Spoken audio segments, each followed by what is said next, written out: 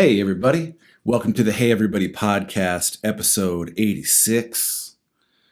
My name is Christopher Gold.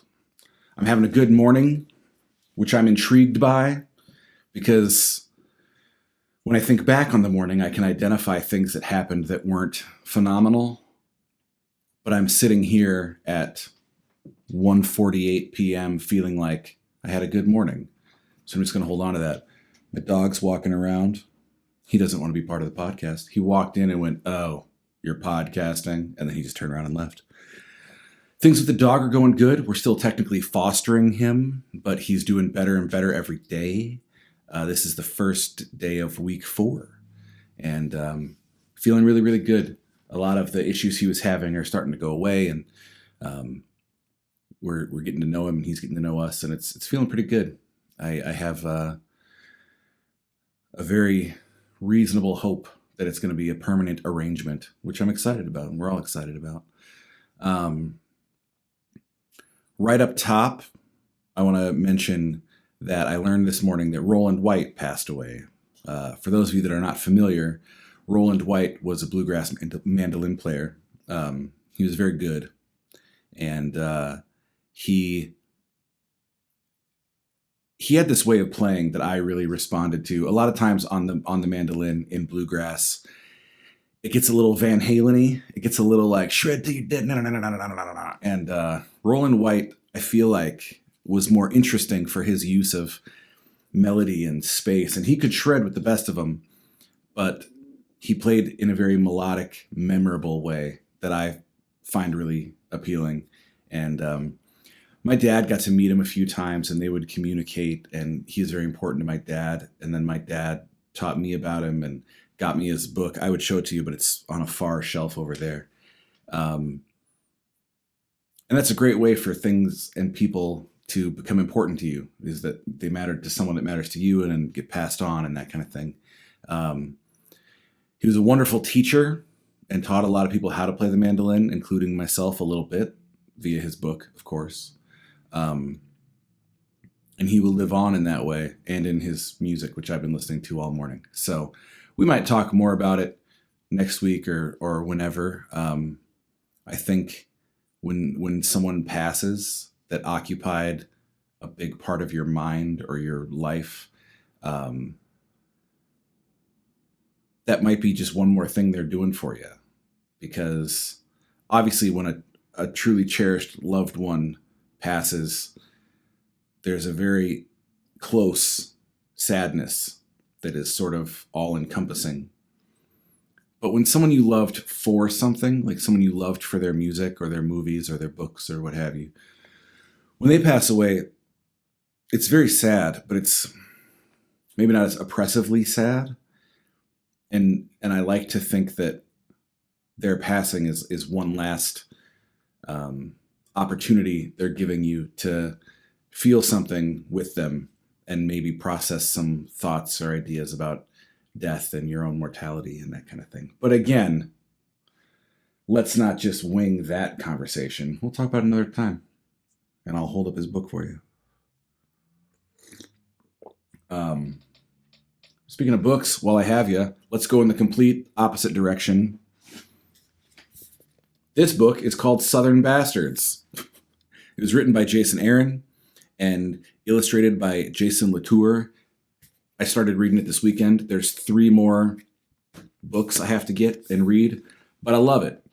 We've talked before about my love for the comic and the graphic novel, particularly violent and or scary ones set in the South. So, Southern Bastards. I was on the fence about this for a long time, and I finally just grabbed it because it was $10, and I read it, and I love it, and I cannot wait to read the other 3. And it's sort of it's kind of hard to explain. And again, I've only read 25% of it's like one story taking place over 4 books. But it's realistic. It's set in Alabama.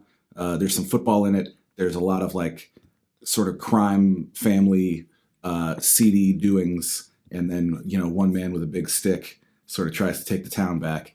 And I love it. So if you ever want more comic or graphic novel recommendations, let me know. Or go into a comic book store. They're very nice people, and just tell them like what you are vaguely interested in and that kind of thing. There's so much out there. And I find something very peaceful about how removed from reality they can be, even if they're based in reality. I love books like that for their ability to sort of clear my head and make me, just think about what I'm reading instead of everything else going on. The thing I was thinking about talking about today is I had a 6-pack ring, and I was cutting it before I threw it in the garbage because I'm a good human, and I'm cutting it and I'm just going like, yep, this is what we do so that turtles and fishes don't get stuck in there and die. And I'm halfway through cutting out all the rings, and I realized that in my head when I do this, I blow right past the acknowledgement that like this will likely end up in the sea. And I have to do something to sort of make it not as dangerous when it gets to the sea.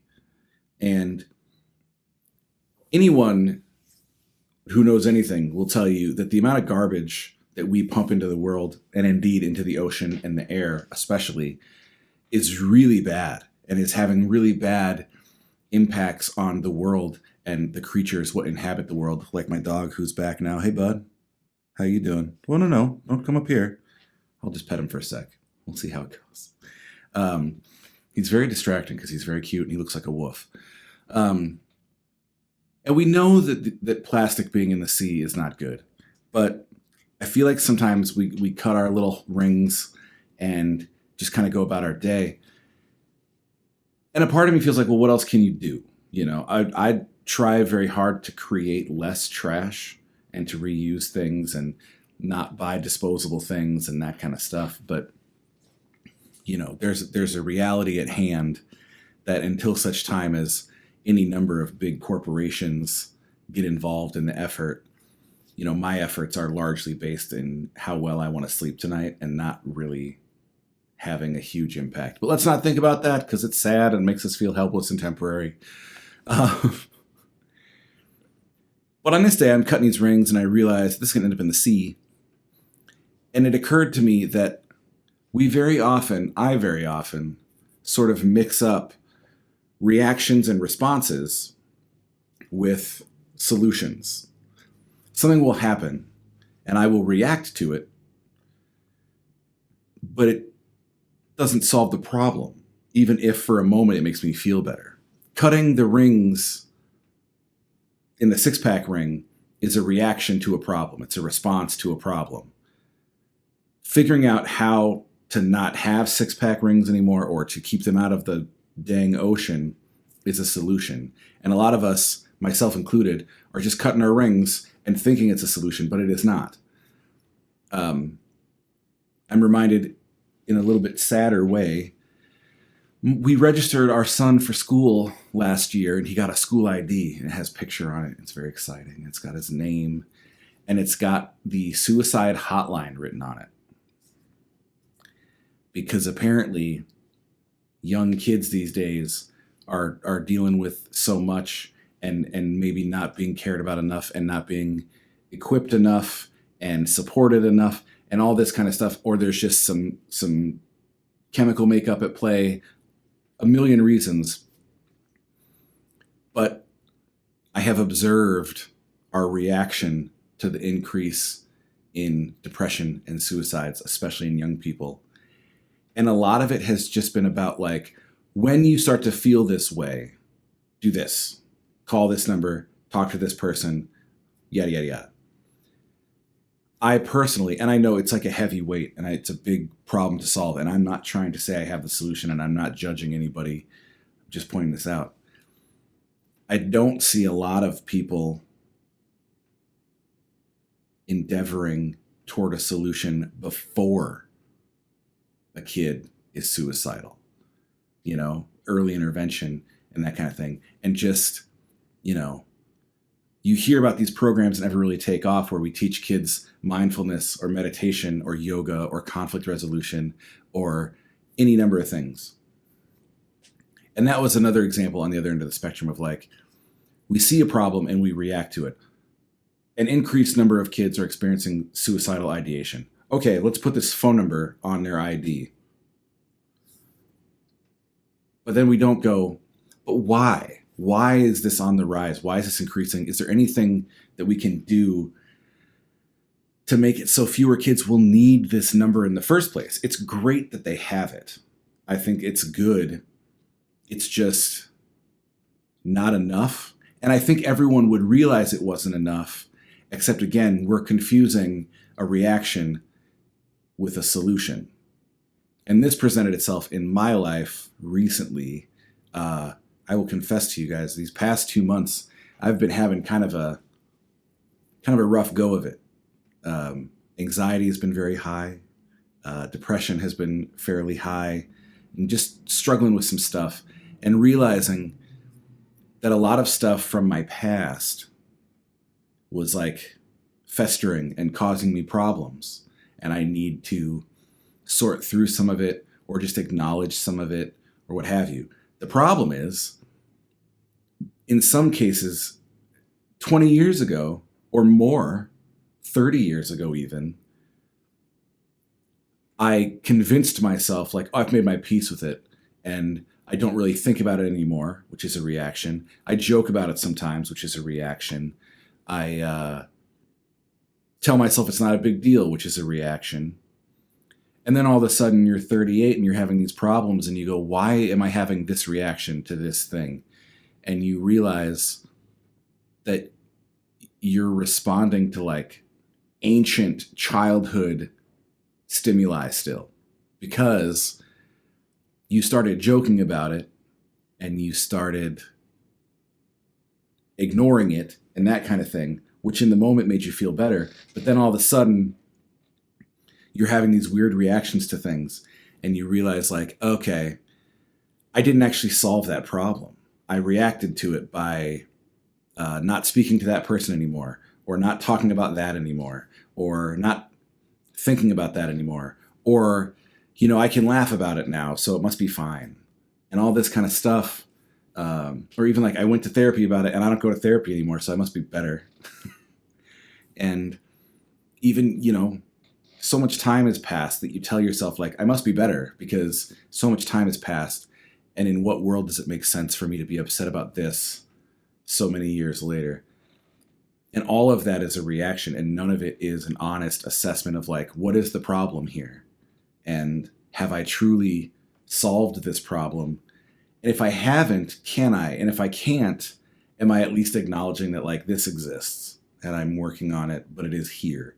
Because that's powerful too. Even if you don't have a solution, just being honest with yourself and with a couple people important to you, saying like, hey, this thing exists in my mind and I don't exactly know what to do with it, but I'm trying to just be aware that it's there, because it'll lead to you having better responses to current issues. It will lead to you being a little bit kinder to yourself.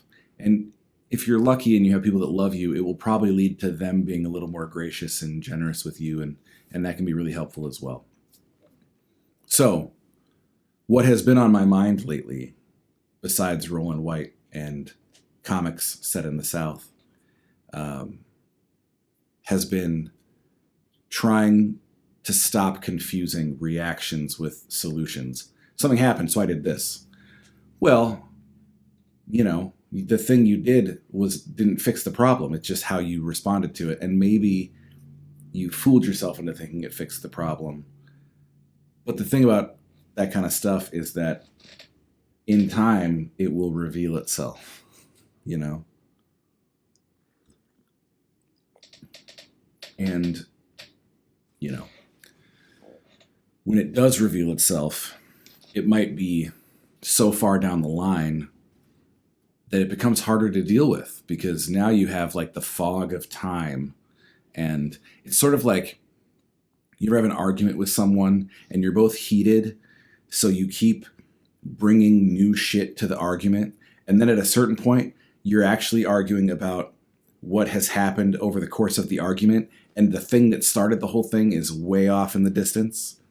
It's sort of like when you see a tornado form, it's a relatively smallish, sometimes kind of clean looking funnel. And then what happens is it kicks up all this shit.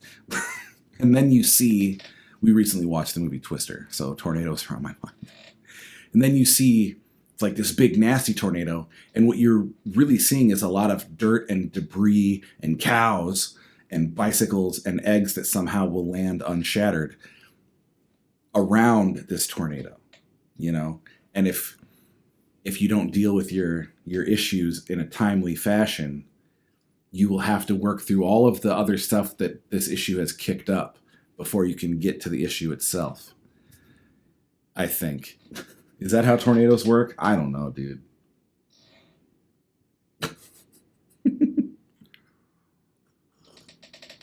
All right. I have more I could say about tornadoes and how they relate to my personal theology, but I won't. Instead, I will do recommendations. I have like a pile of stuff I want to recommend to you guys, including Roland White and some stuff I recently got. But I'm going to go with what I listened to this weekend. I had some lovely shows this week. I played in my hometown here of Appleton, Wisconsin. I played at Stone Arch, which I just love. And the room was full and everyone was quiet and nice. And I played all new and unreleased stuff, which felt really good. And it just felt good. It felt like a little taste of the exact life that I want. I want to play shows that size to crowds like that forever. And I got to see a lot of friendly faces and get a lot of hugs, and it felt really good. And then on Saturday, I played in Door County at Door County Brewing Company, which is always great. And we always go as a family, me, my wife, and my son. They go to all of them. They got big pretzels my son likes a lot.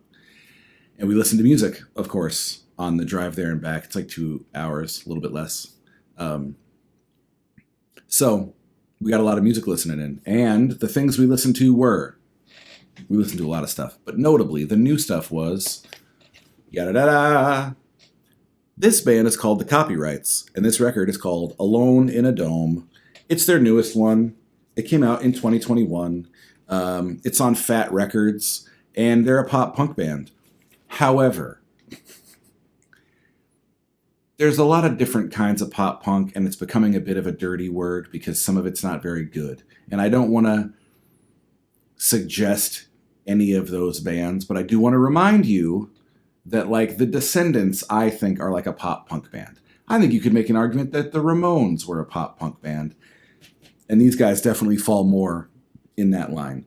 It's very fast, it's very short, it's very melodic, and it's a whole lot of fun.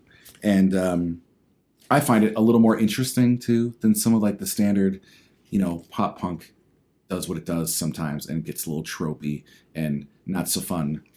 This is very fun, so check it out, The Copyrights. And I hear you going, oh, I don't like punk rock music. You don't know that, though. You don't like the punk you've heard so far. Try The Copyrights. Maybe you'll like that. It's very nice. It's very catchy. And if you don't like it, that's fine. You got nothing but time here.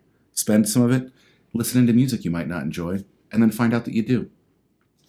And then, and this is much more in keeping with what you probably come to the podcast looking for, Shaklacky. This is Ian No. I think it's Ian No. It might be Ian Noe, but I think it's Ian No. The record is called River Fools and Mountain Saints. It is his second full length. I've already recommended the first, but guess what? I like him a lot. He's from Kentucky, and he plays, some kind of music from Kentucky, folk, country, sometimes kind of bluegrassy. Sometimes he kind of sounds like the band a little bit.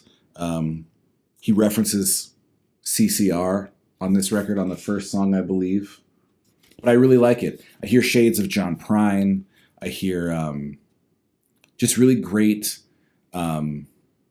story-driven narrative lyrics that are of a specific place. He's from Kentucky, and he sings about it. And I like that. Even if I didn't have a special place in my heart for Kentucky, Trampled by Turtles is another band. They're from Minnesota, and they sing about being from Minnesota, and they don't try to convince you that they're from Nashville. They're from Minnesota. They're from Duluth, and they like it that way, and they sing about it. Ian No is from Kentucky, and he sings about it, and I like it a lot. And I think you'll enjoy it. So check it out. It's a little more full sounding than his previous record, but I will say the sparse nature of his first record is something that drew me to it. So when I heard this, at first I was like, oh, there's a lot going on here, pedal steel wise and organs and electric guitars and that kind of thing. But it does not get in the way at all. It's a really interesting thing he's done, where he's added to what he does without like diminishing what he does. It's great. All right, so that's it. If you guys want more comic recommendations, let me know. You like vampires in Texas? Daddy's gotcha. You like werewolves in New Orleans? Daddy's gotcha. You like a guy with a magical axe who hunts witches in the Appalachian hillside? Let me know. I have recommendations aplenty. That'll do it. Hope you guys are good. I hope you will join me in trying to recognize that we can't just blow past everything, and we can't just decide to be over everything. And sometimes we have to like get our hands into stuff and sort through it, even if it's stuff that you wish was already sorted, because it's there, whether you like it or not, whether I like it or not. And one thing I realized is, and this is just for me, this is not advice I'm giving, but maybe it'll do you some, I don't know. I realize that I have a responsibility to myself and to my limited time here on earth to try to be happy and find some joy.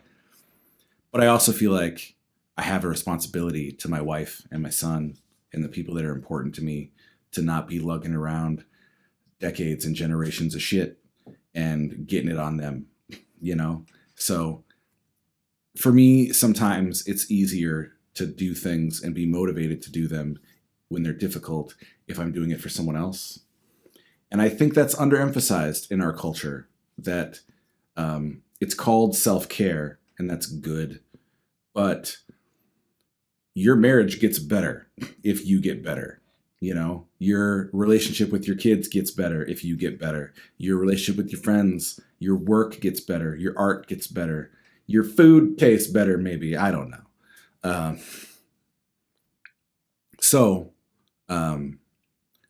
However you need to motivate yourself to get better. I heard a story once of a guy who was really struggling with drug addiction, and he got a dog, and it changed his life because he would tell himself, I have to come home tonight and feed my dog.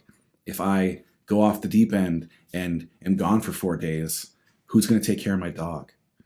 And sometimes when it's hard for us to just say like, I need to take care of myself because I have value and I deserve a good life, it might be helpful. It is helpful to me to go, okay, I also need to take care of myself so that I can be a better version of myself for the people that already like this version of me, you know?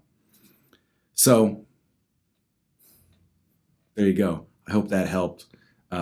This was 86. I still have no idea how many there will be, but I definitely know the end is coming.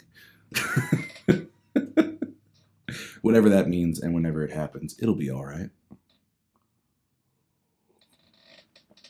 All right, that'll do it. Listen to good music, drink good coffee, be good to yourself, and be good to the people around you, and recognize that you all deserve peace and happiness and contentment and joy and new comics and rolling white forever.